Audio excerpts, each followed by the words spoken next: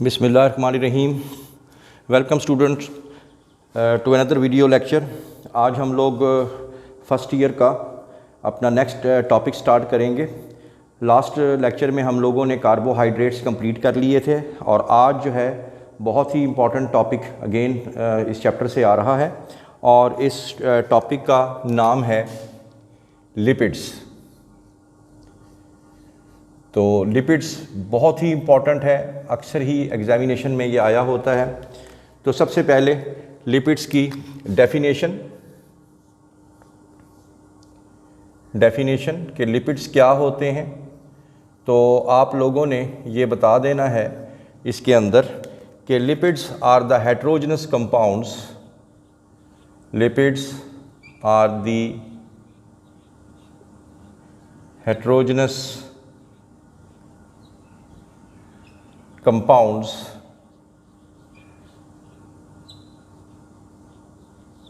related to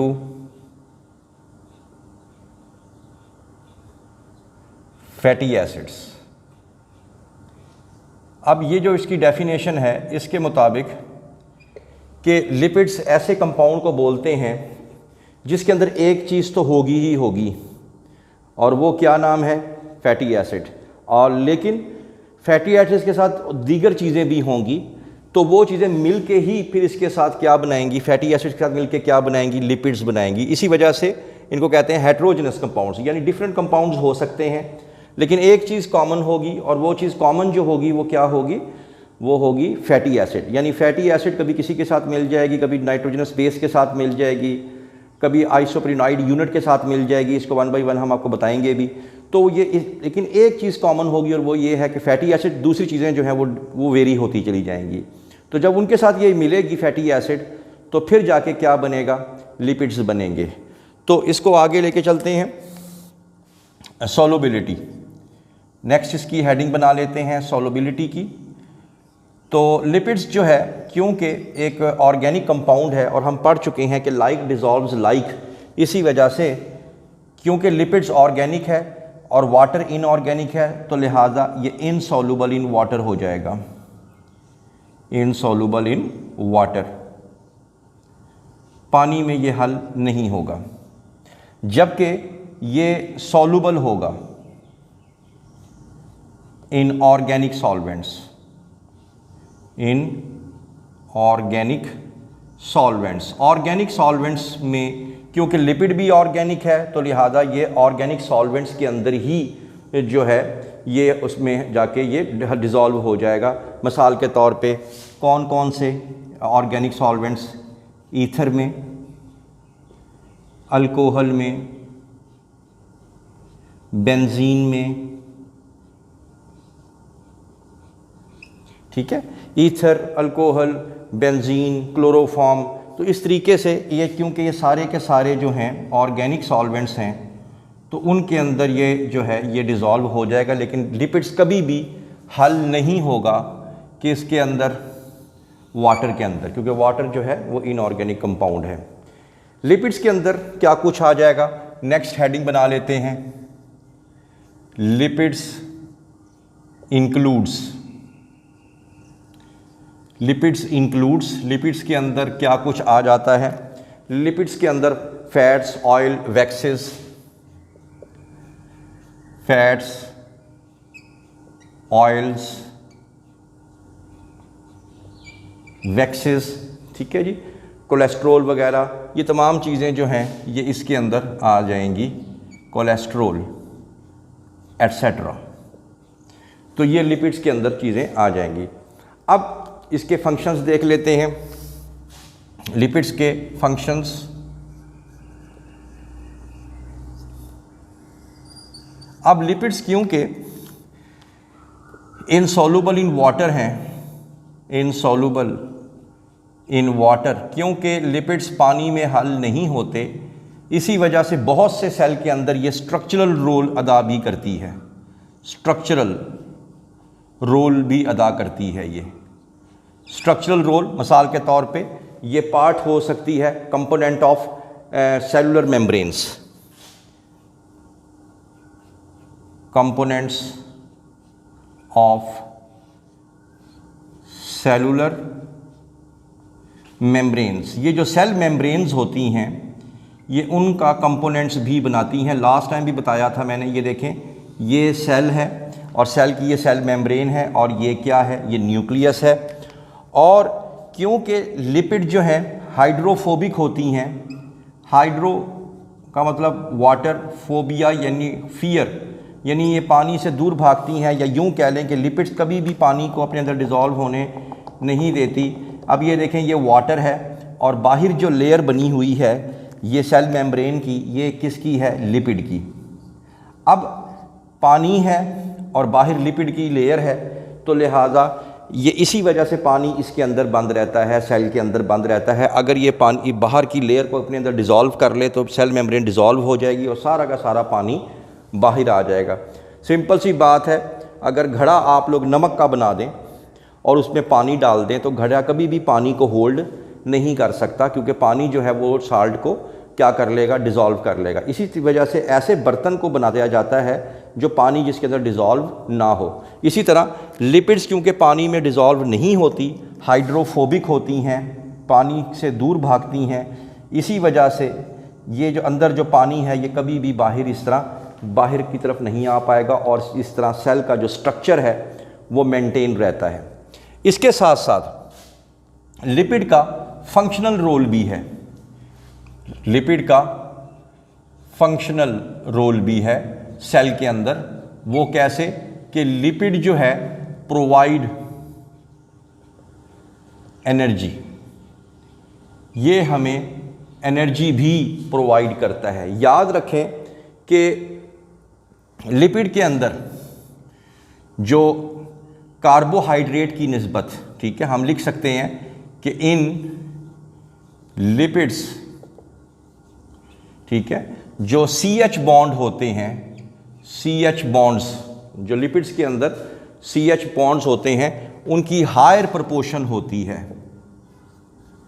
higher proportions and less proportion of oxygen than carbohydrates।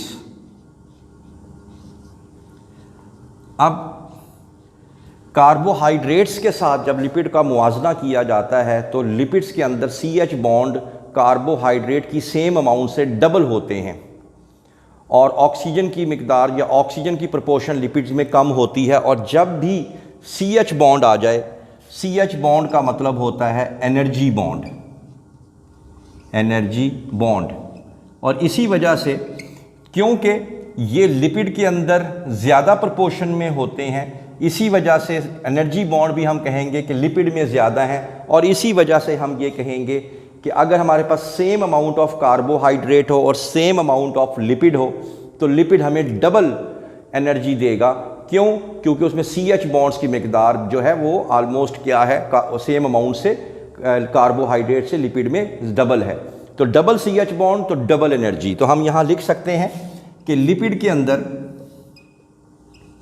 Double amount of energy होती है अगर हम इसको कंपेयर करें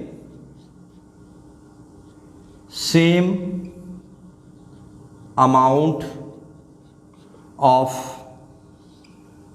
कार्बोहाइड्रेट्स के साथ। तो ये बहुत इंपॉर्टेंट आपने बात इसमें बता देनी है। उसके बाद लिपिड्स को हम लोग कंटिन्यू रखेंगे। लिपिड जो है ये इंसुलेशन प्रोवाइड करती है। इंसुलेशन, बहुत से जानवर दुनिया में ऐसे हैं इंक्लूडिंग ह्यूमन जिनके स्किन के नीचे लिपिड की लेयर होती है जो अंदर की गर्मी को बाहर नहीं जाने देती और बाहर की सर्दी को अंदर नहीं आने देती। तो ये इंसुलेशन का काम करती है। उसके अलावा लिपिड का एक और काम ये है कि ये वाटर प्रूफ होती है। वाटर प्रूफ क्योंकि होनी भी चाहिए, क्योंकि ये पानी को अपने अंदर हल नहीं होने देती। इसी वजह से जिस्म का जो पानी है, लिपिड उसको जिस्म से बाहर जाने नहीं देती। और जो खुश्की पे रहने वाले ख़ास तौर पे जो जानवर हैं उनके अंदर ये पानी को अंदर बॉडी के अंदर सेल के अंदर क्या रखती है, वो कंजर्व रखती है और पानी ज़ाया होने से बचाती है। इसके अलावा लिपिड की ही एक किस्म है वैक्सेस। वैक्सेस जो हैं, जिसको हम आम ज़ुबान में मोम भी कहते हैं, ये भी लिपिड है, present in the exoskeleton of insects. ये जो कीड़े मकोड़े होते हैं उनके बाहर एक ढांचा होता है। हमारा ढांचा तो अंदर की तरफ है, हमारा है एंडोस्केलेटन, लेकिन कुछ जानवरों का ढांचा बाहर होता है, जिस्म अंदर होता है, उनको कहते हैं एक्सोस्केलेटन। उस एक्सोस्केलेटन पे भी वैक्स यानी मोम की लेयर होती है, ताकि उनकी बॉडी का जो वाटर है वो बाहर जाने ना पाए और छोटे छोटे माइक्रो ऑर्गेनिजम्स जो जिस्म में आके नुकसान पहुंचा सकते हैं वो अंदर आने ना पाएँ। ये भी आपने बता देना है। इसके अलावा अगर हम प्लांट्स की बात करें,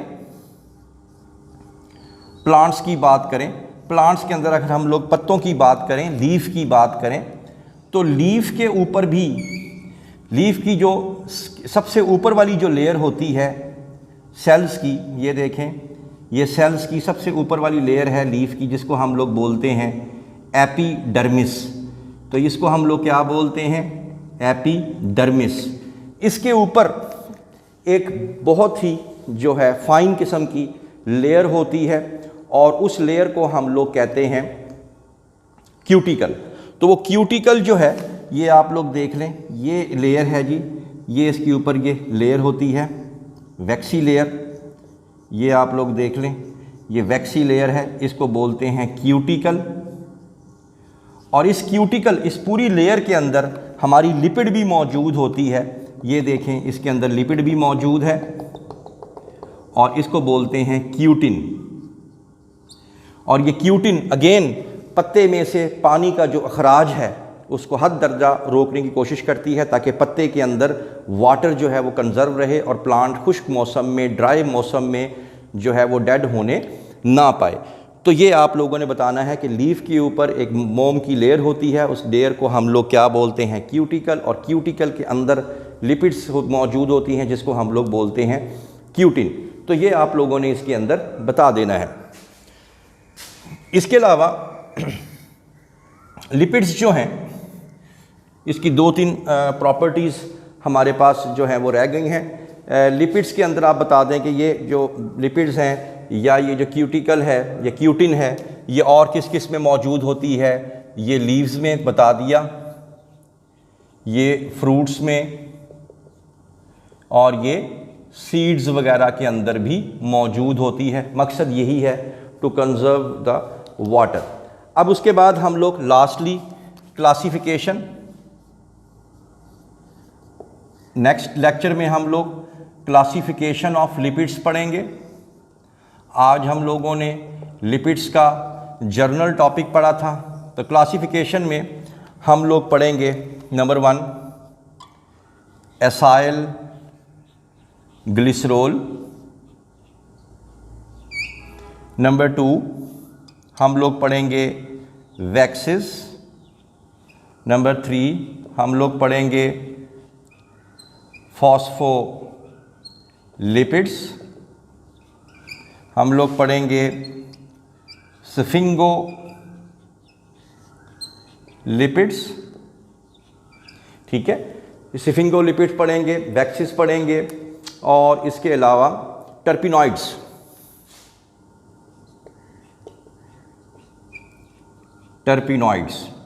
ठीक है। और टर्पिनॉइड्स जो हैं उसके अंदर हम लोग पढ़ेंगे कैरोटिनॉइड्स, कोलेस्ट्रोल, ठीक है, स्टीरॉइड्स। तो टर्पिनॉइड के अंदर टर्पिनॉइड्स इंक्लूड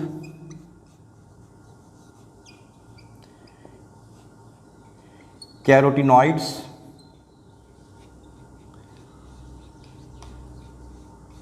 कोलेस्ट्रोल। तो ये जो चीज़ें हैं ये इसके अंदर जो है ये पाई जाती हैं। तो ये हमारे पास जो है नेक्स्ट हमारे टॉपिक में आ जाएगा क्लासिफिकेशन ऑफ लिपिड्स के हवाले से।